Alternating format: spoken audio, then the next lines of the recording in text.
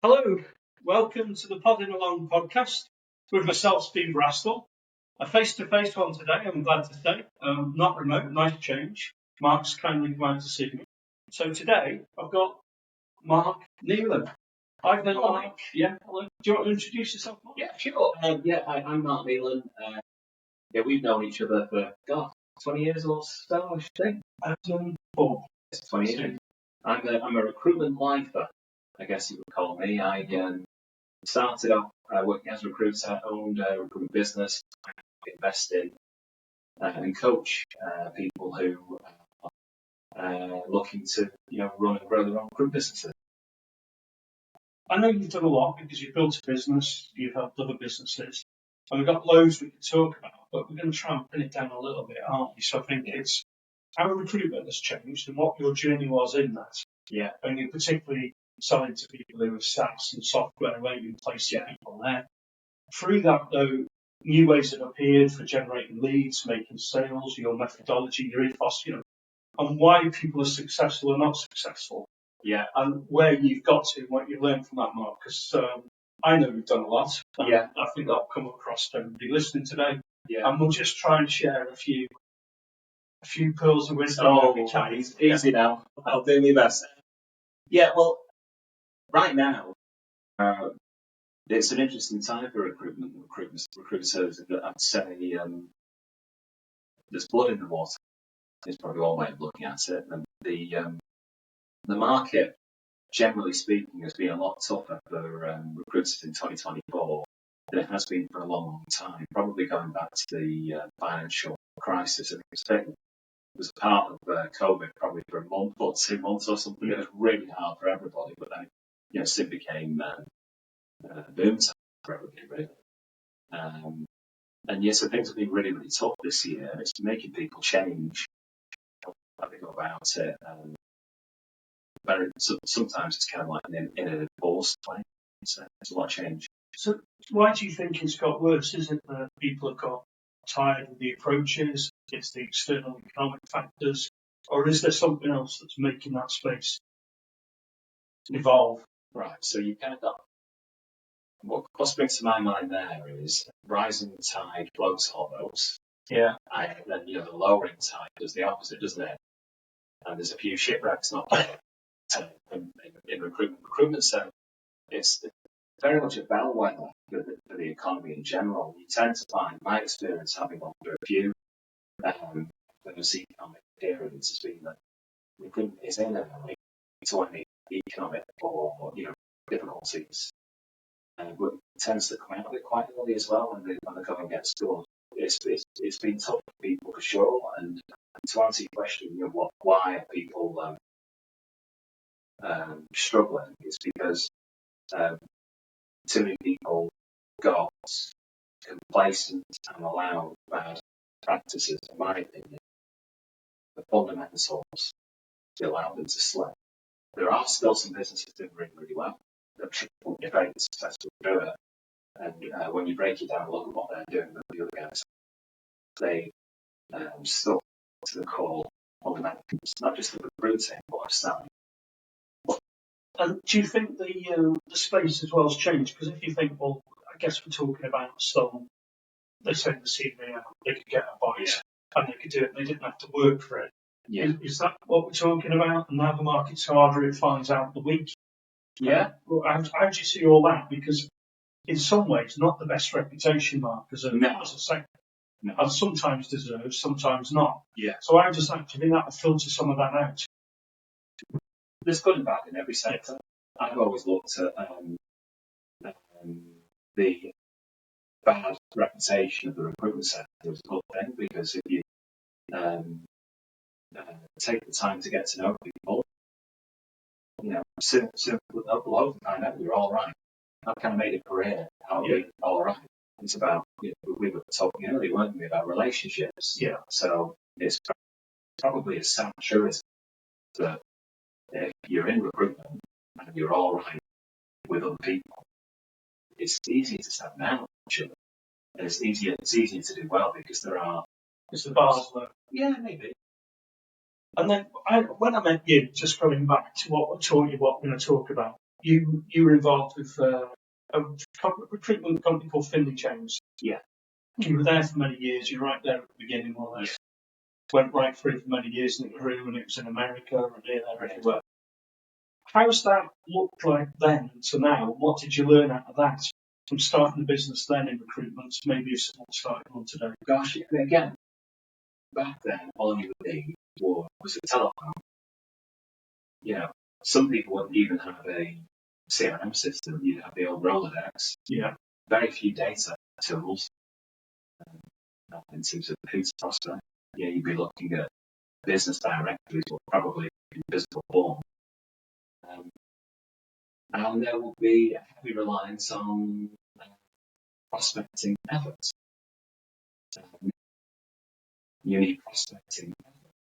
You also need intelligent routes. So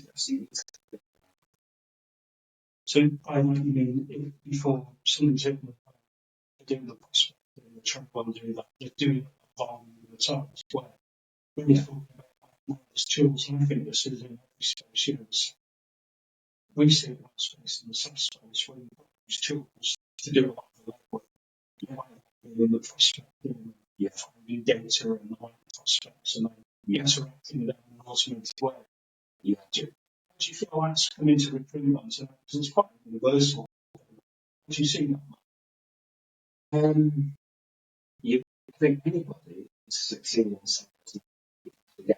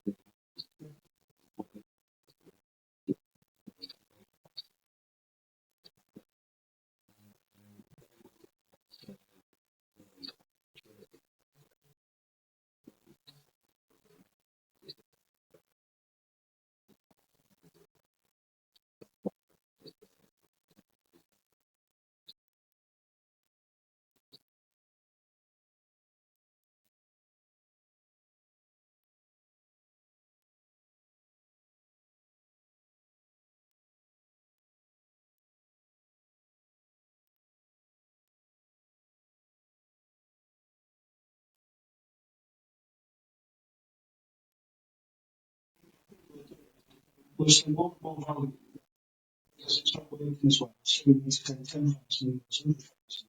In the end, you run out of data, you run out of target market, and you burn through that data as well. And it's like there to go there. So it's the same, but still, yeah. The modern will be seen.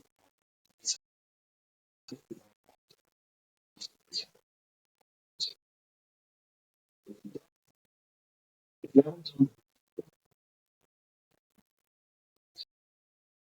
done What do you think work is then? so you start with making sure you really want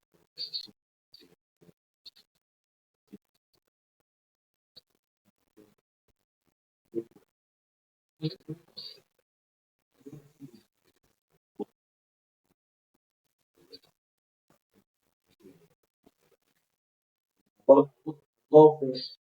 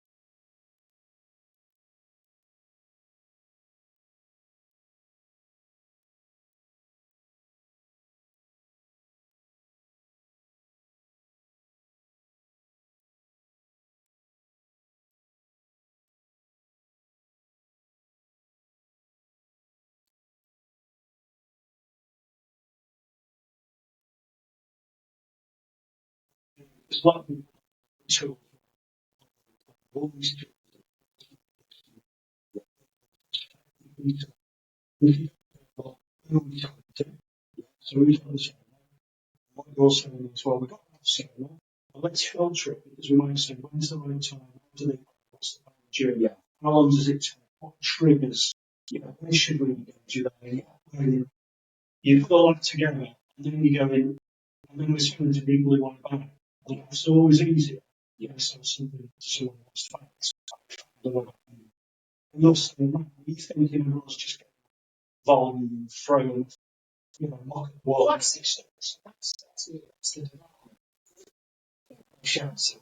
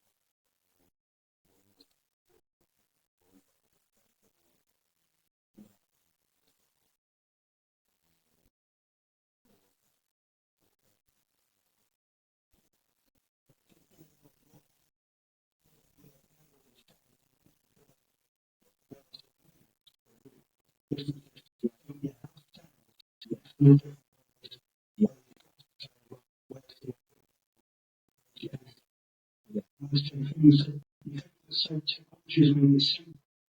In some ways, it's really complicated. You can't do I start as a 16 like you. It was your first, wasn't it? Now you can't just rock up and go selling. You've got to be more of a marketer. You've got to learn more about different things. You've got to know these tools. You've got to build stuff up. It's a bit of a sort of business, not selling one. Somebody who sits to sell. Yeah, you've got to know how to use it.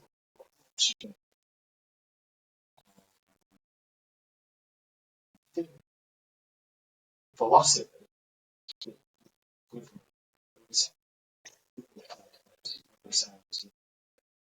But philosophy.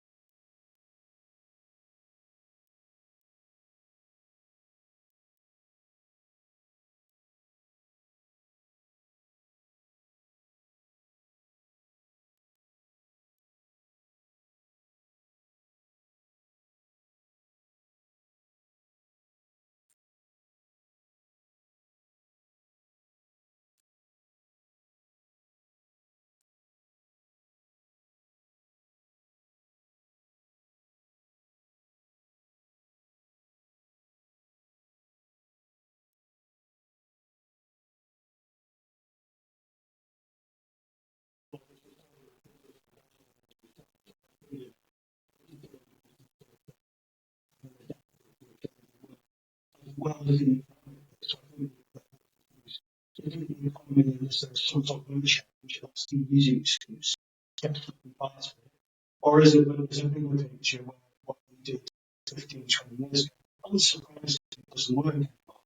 That's what we're talking about. It's something similar. You're saying, don't do this at all. Then you're saying, well, do that through non-negotiables, sales methodologies. So that's what I mean by that. Non-negotiables or philosophy. Both. Which do you think comes first? Well, that's philosophy is most overarching. I mean, I'd love to say it's my philosophy, it's not. What I realised is it's nice to keep things simple, to stay consistent with everything you talk about. And I'm a big fan of a guy called, you might have heard of him or not, a guy called Jim Rohn. And he's the guy that I think he was involved in Tony Robbins' training the other day. And I don't think he's with us anymore, but I love listening to his mindset videos on Spotify. He talked once about philosophy. Bear in mind, this guy was a sales guy originally, and went on again to train legends of personal development. Philosophy for selling was something called sales in the presence of. If you want more sales, do more selling in the presence of your customer. Now, I think when I first heard him talk about that, I think email was just but I actually think with all of these new tools that are coming in now, that philosophy is more relevant than ever. Okay, so I think it's now more nuanced because sales in the presence of, to increase that, improve that, we can do more of it, increase volume. But we can also do better sales in the presence of our customers. In fact, we can even look at where we sell in the presence of our customer these days. So, of course, you're in the presence of your customer on telephone.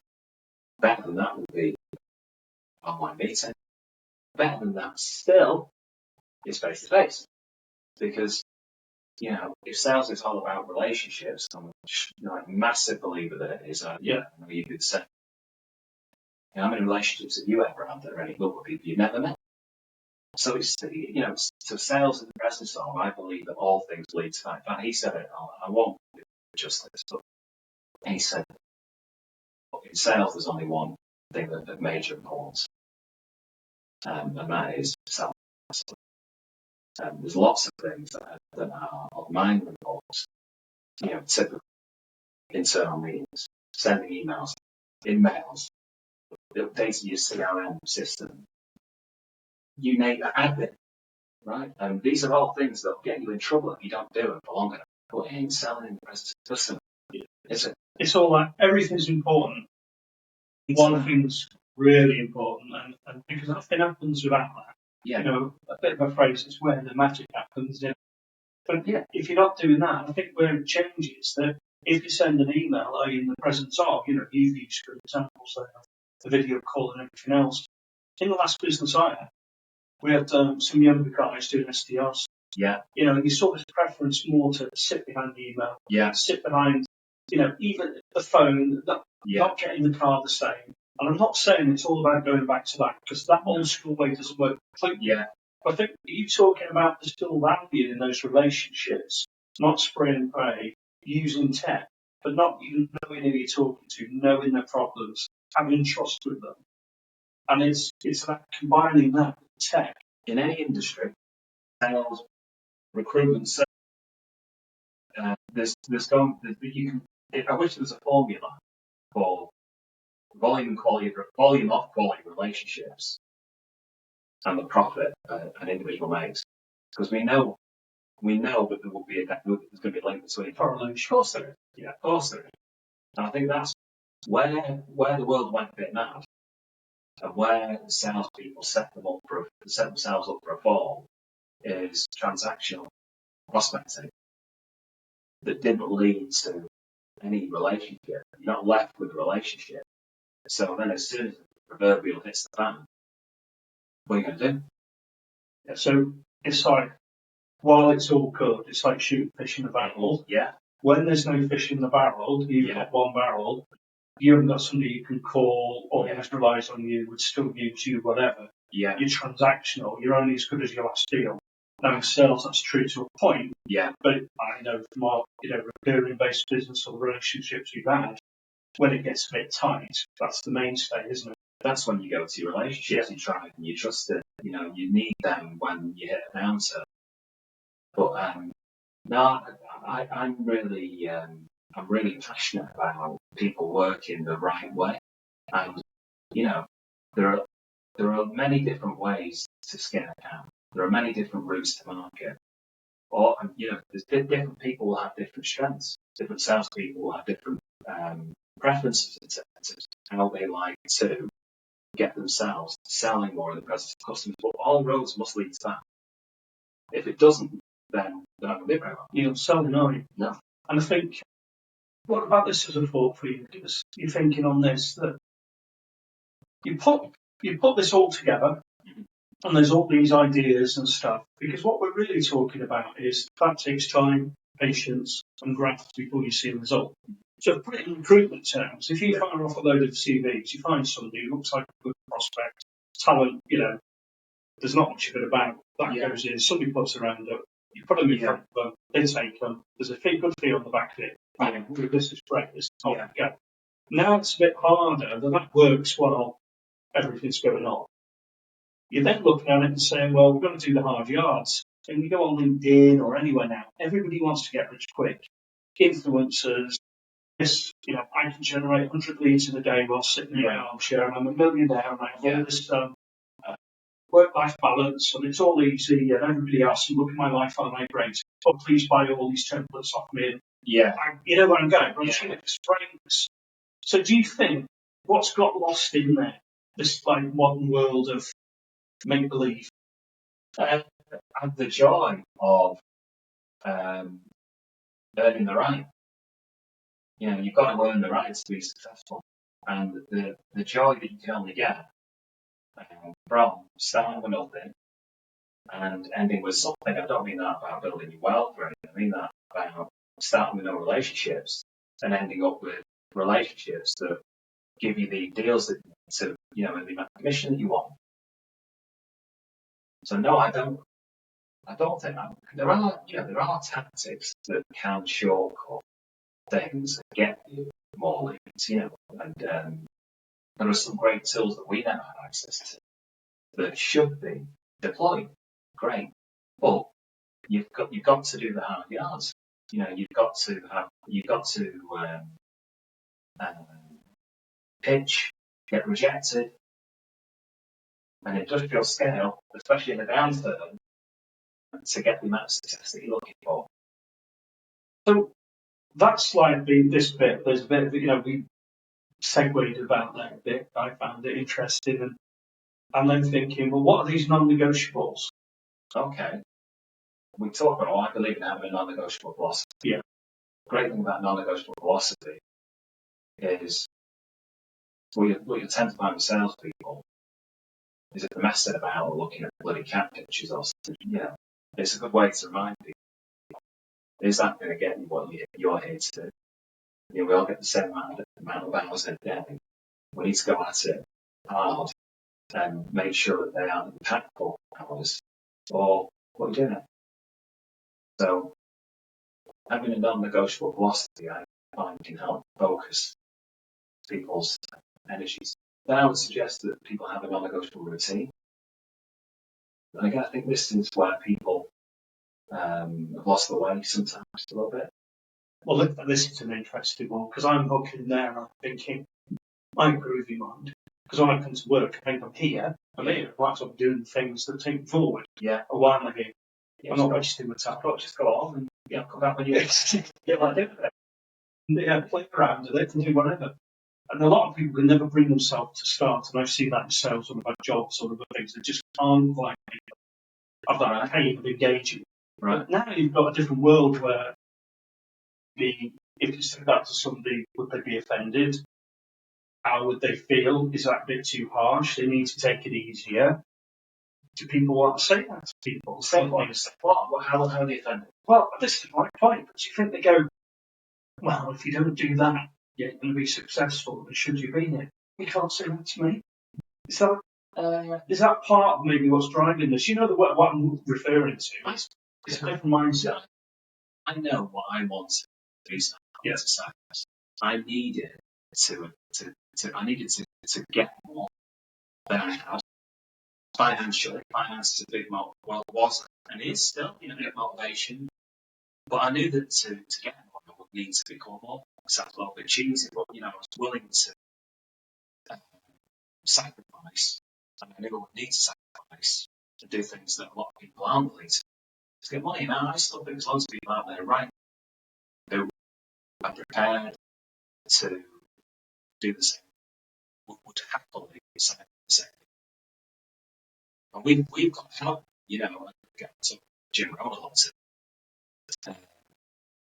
If the accountancy, so accountancy, so do we do a good enough job? So,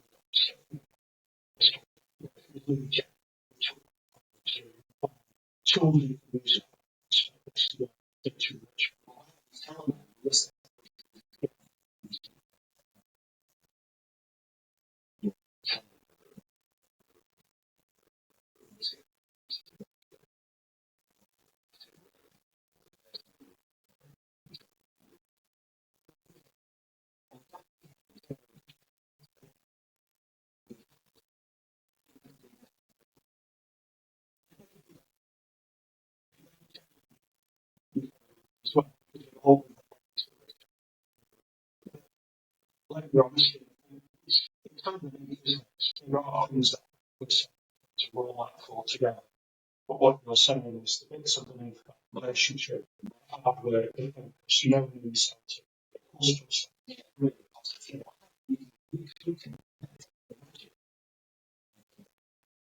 But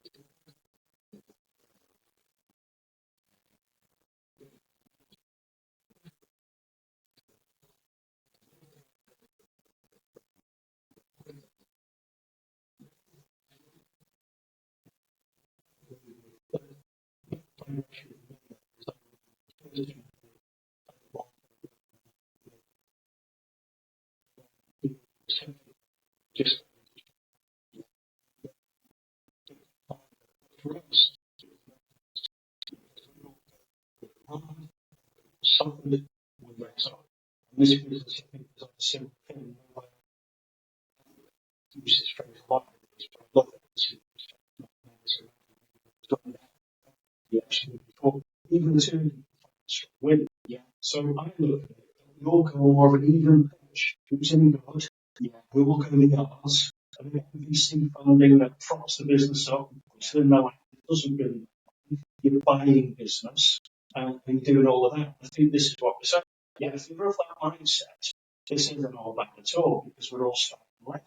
Yeah. And you support, I know, a lot of new invest and support people getting fresh into recruitment and building a business like you did. Yeah. Tell us a little bit about how that goes and what they do and how you try and put this into that. Well, when I started doing this, I didn't. And that was a massive mistake. What do you mean, right? Well, I didn't.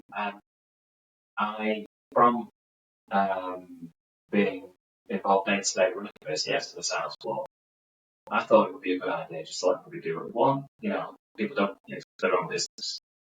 And we don't want to be dictated to by me, so they can phone around whenever they want. Surprised, but not really surprised, as the climate got a bit more difficult. There was more of a demand for, what do we do here? And also the results as the climate got worse, obviously did deteriorate. And so just people want more help. And so now I realise that it's much better for people. Like raising a kid, isn't it? There's a time when you need to be directorial, and that's when people don't want to do it. And that's when they're very grateful for that help. And when people know a little bit more, it's like that's like the teenager leaving home. They'll come get the help when they want it. So I've realised, I've learned that actually it's much better for them and for me. It's more it's in their financial interest and my own to install the right behaviours, the right non-negotiables from day one. Because that's what I try to do. So even if you're invested in them, people think, I work for myself, I can do what I want. We both know that's not how it rolls at all. In some ways, it's the polar of it. You work for your customers and you work hard to get around. Yeah. So you're saying you still want to show them, even if some will turn up with them and some won't. Some might then learn those, some might never learn those. Why do people fail then when you see them start these businesses? Yeah. They're recruitment focused, but what have you learned over the last, I think it's 7-8 years? Yeah. I have some people, by the way, some really, really small businesses that want to start business fine. They also don't need, they'll typically be someone that needs a little bit of advice support to get started. And they'll be very good at finding their own customers, they know what they're doing. And they get left that way. That's all right, it's no problem. Yeah. What they need. It's the people that want to go for growth. They need to work in harmony with the laws of laws of nature. It's just like any other business, really. You've got to one of the things I was talking to you before. You can't scale something that you can't. You can't scale unconscious competence. And a lot of people think you can. There's a lot of great salespeople, great recruiters who are really, really good, but they've got no idea how to do it. If you get a trainee coming in, you wouldn't go. The last thing you do is say, go and ask that person to do it. They don't have to do it themselves. Yeah. And so if you're going to scale, you need a system, and you need the right culture. And the kind of things I was talking to you about before, with a philosophy with non-negotiables, that's going to help you have the right culture. Because the final one I was mentioning to you was having performance non-negotiables. So that's measurable numbers that get hit. So what do we stand for? Do we tolerate a culture of mediocrity? And it's the people that pay the price every single day. And again, you've got to enjoy what you do. You should enjoy selling. You should appreciate that. You know what? You're going to hit some projection. But the dopamine you will experience when you push through that and you get the win makes it all worthwhile. That just sprung in my head with the job I do now, which is a lot more salesy orientated with the SaaS businesses we look after, very CEO, FD, CTO people. And I enjoy that because I've had a similar business to them in the past. Yeah. It's a good place to be and a nice place that we like selling. All right, it's good business for us, but it means I can enjoy the job. Yeah. But what you're saying is that you try and use all the tech that I can do all that admin donkey work, for want of a better phrase, is done. So I spend my time selling. And you gave some good examples of that, Mark. And then you get selling, and then when you're selling, you're trying to drive those meetings, all those things, that pipeline, because you know the activity then, so many hours squeezed. You make more, don't you? Well, you make friends. That's when I'm speaking to a rookie, Yeah. a recruitment rookie, what's the job? Your job is to make friends. Fast. But you've got to make friends with people worth making friends with. And that's where people, you're a natural. You enjoy it, don't you? You enjoy speaking to people. Yes, you enjoy it. And you speak to people. It's making friends. But the thing is, again, that's going back to the different ways of selling. And how the fundamental, the game hasn't changed at all. Sales in the present sort being the right philosophy. Yeah. Right? So if you're going to make friends with someone, you're going to need to speak to them once or 10 times to be really good friends with them. But we all know the rule, what's the people say about stuff. Actually, I think that's got up as well with the dynamics of the changing marketplace. But it used to be commonly accepted that, it takes 7 no's to get a yes. Yeah. Whereas now, apparently, that's gone out even more. So, I think that touches, because I think you go on another area I'd like to pick your brains on. We're talking about that. We're talking about relationships, and we're talking a lot about blending the old with the new. Yeah. And relationships now, if you look at email, your inbox, your phone, people don't pick up the same. The internet maybe creates a lack of trust in what people say and how they act, who you're dealing with. There's a skepticism that, I was involved building my business in relatively early days of the web. You buy Google Ads, you do this, you do that, you put a website up, people bought in and believe, and you got going. Now I think they want more referral, they want to test who you are, they like to be I've known somebody who's had a good result, and they just want to be more careful. Yeah. And that sounds very much like the old days of network, people you trust, the relationship. Because I think that fatigue is across the board, not just in the inbox, as you said. How do you see that? Do you see that in the recruiters you support building their business? Yeah, it's the same. I think it's the same for everybody. Yeah. And then also, how are you positioning yourself? Is it all about you? Because this includes classic, bad for this, me.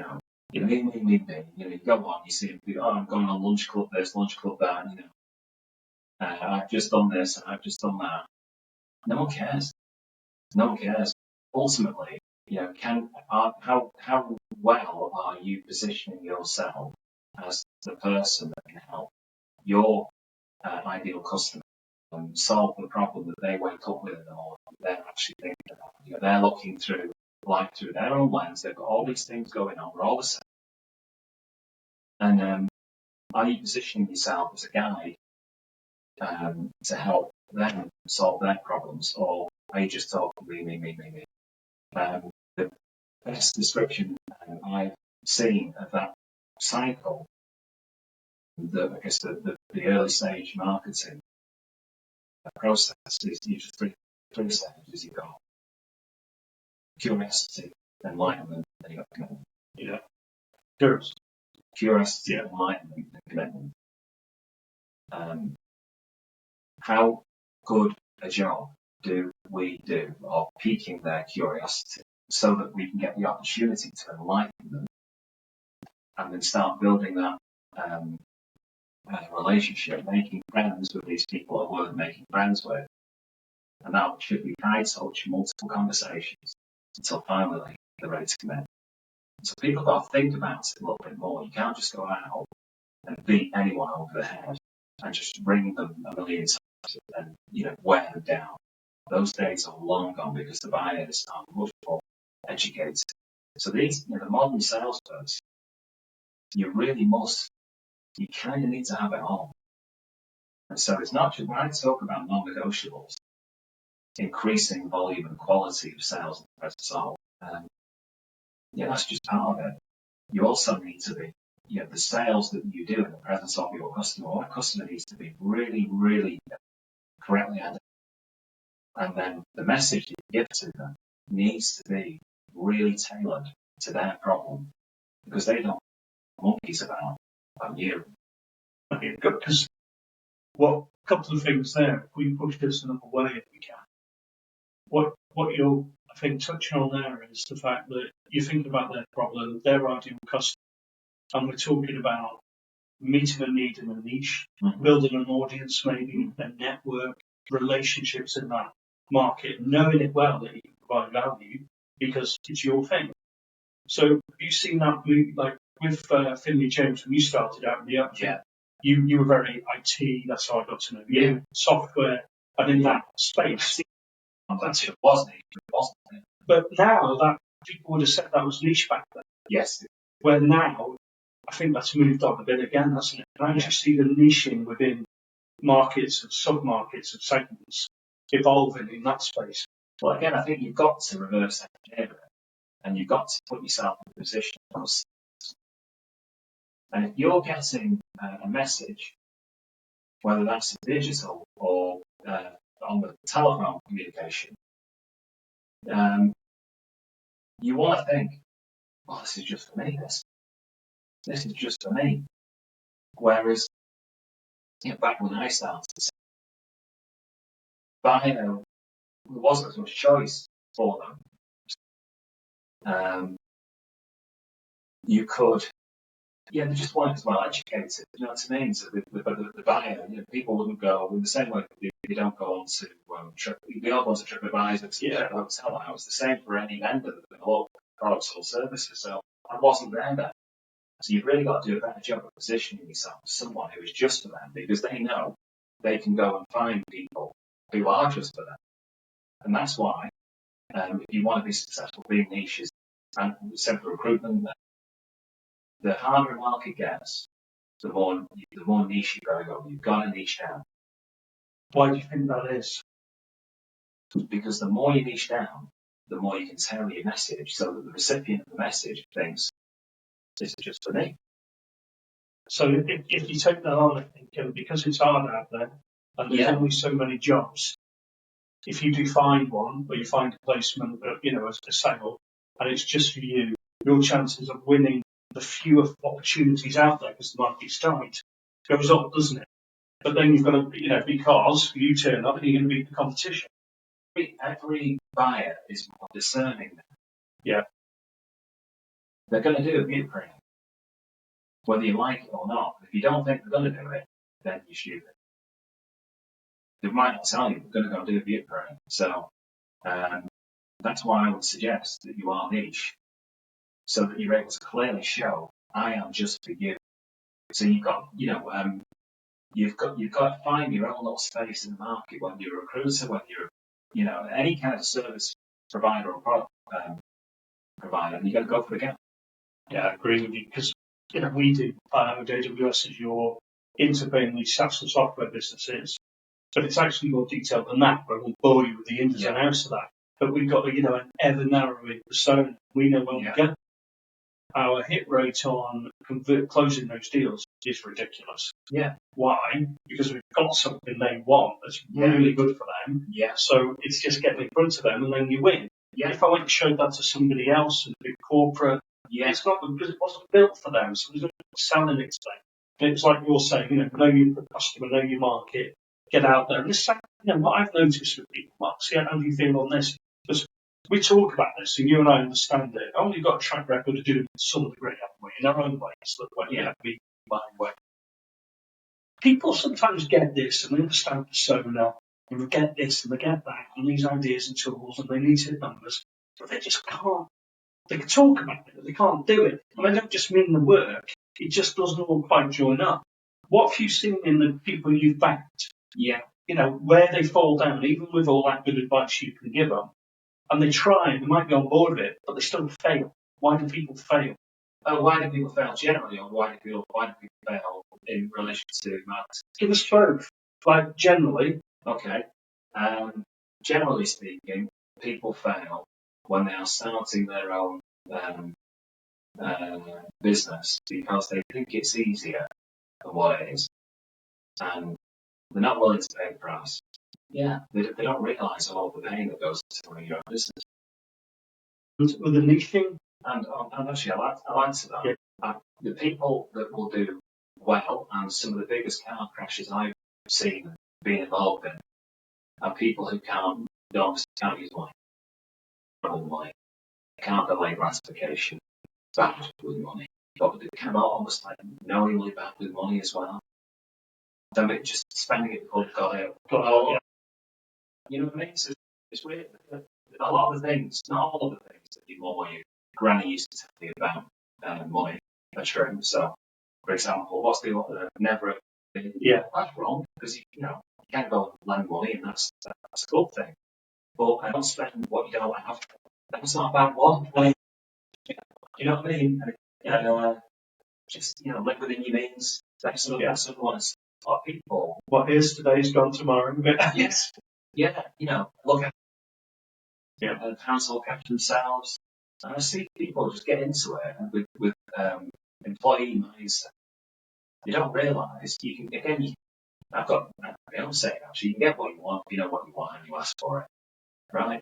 You need to know what you want and you need to go out there and ask for it every single day by your actions. But you can't blow your legs off. You can't behave like a you know what. It just ain't gonna work. I think also people get a little bit of success and they have a good run for a bit and they think it will always keep being that way. So say in COVID, certain sectors might have done really well at that. So they then invest on that basis because they think maybe hot tubs or things like that. And they think it will always be this way. Yeah. It always changes, and it always depends. And don't assume by tomorrow.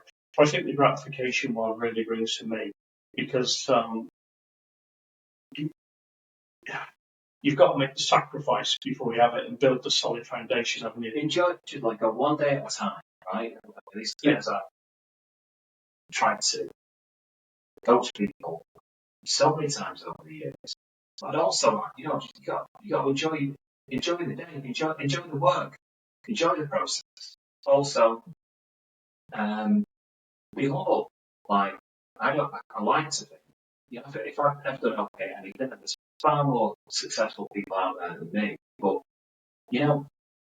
it could all blow away in the morning, and I don't think there'll be that many people laughing at me because I've never given the big, And I think there's some just go about your work, do the right things on a daily.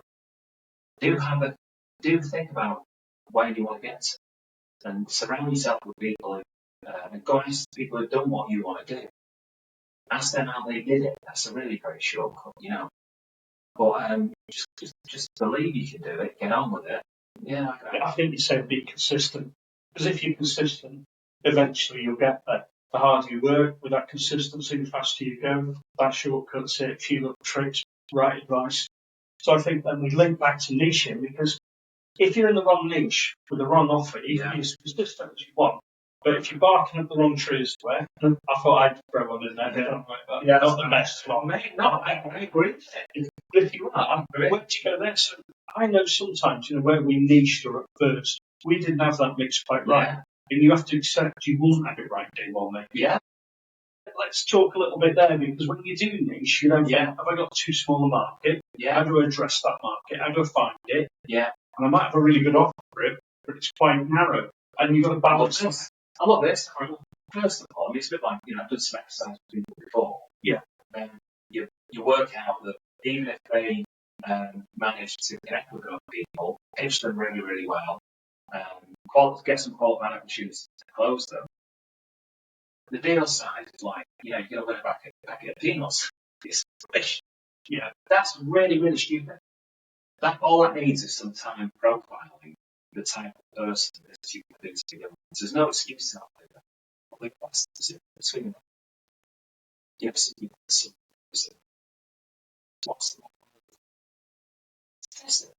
what's the only way to qualify prospect? Speak to them.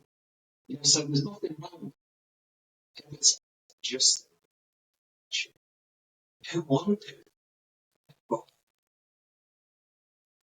there's a difference between there's some amazing stupid stuff to do.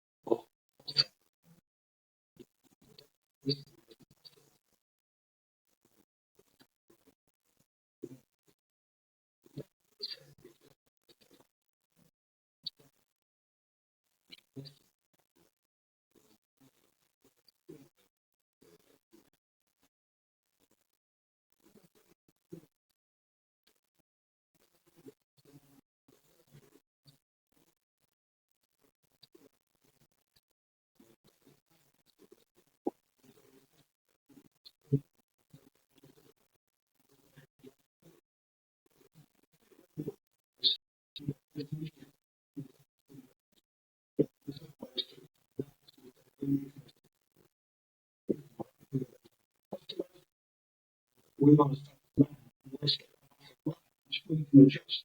Something might be selling it. Once you get that point, you're right, you just start there that. We obviously yes. So once you get more about we know they come in. Yeah. On geometry, it is working on the lines. Yeah. But that wasn't one. And in my first business, I was changed from what I did.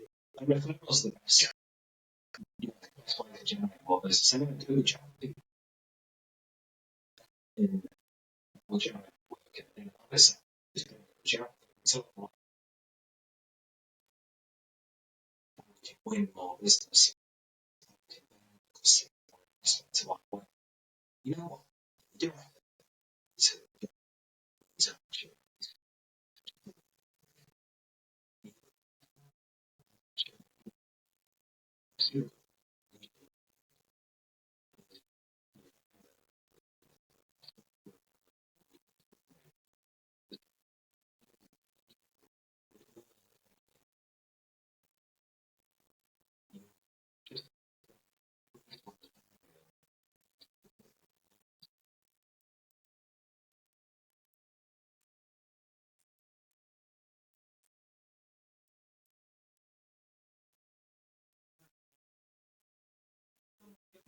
These are you've done the hard yards and others successful. Builders not helping other people with business, not really interested.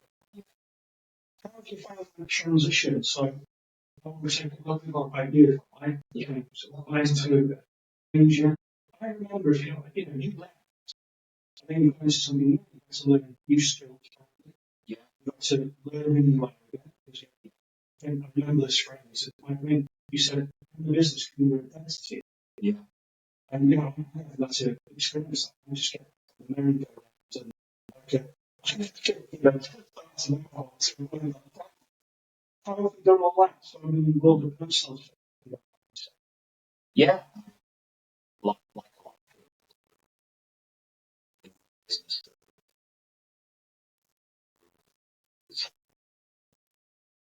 So just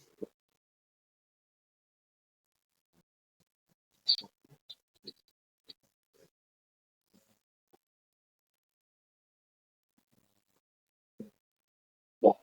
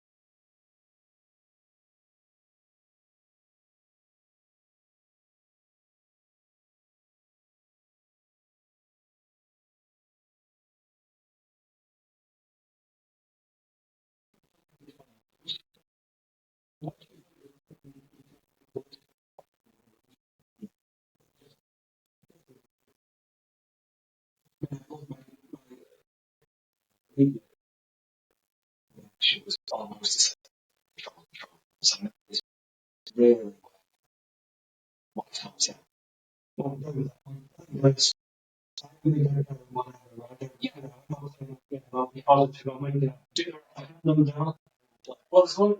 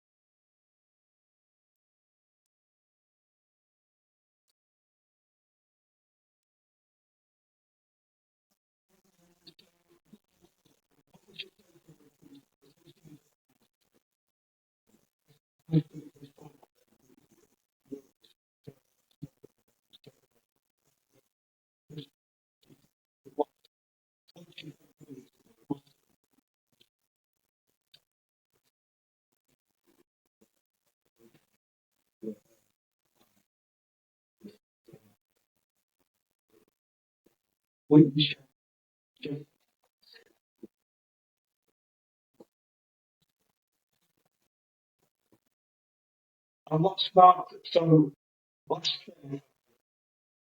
what does it look like for? Well, that's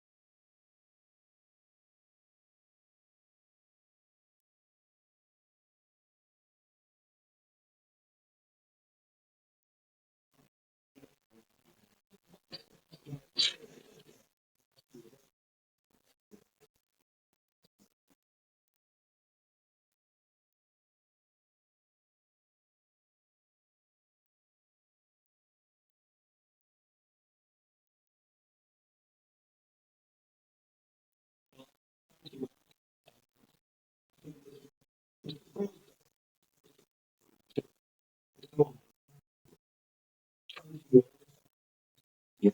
But thanks very much for coming to talk today. 5 years ago, yeah,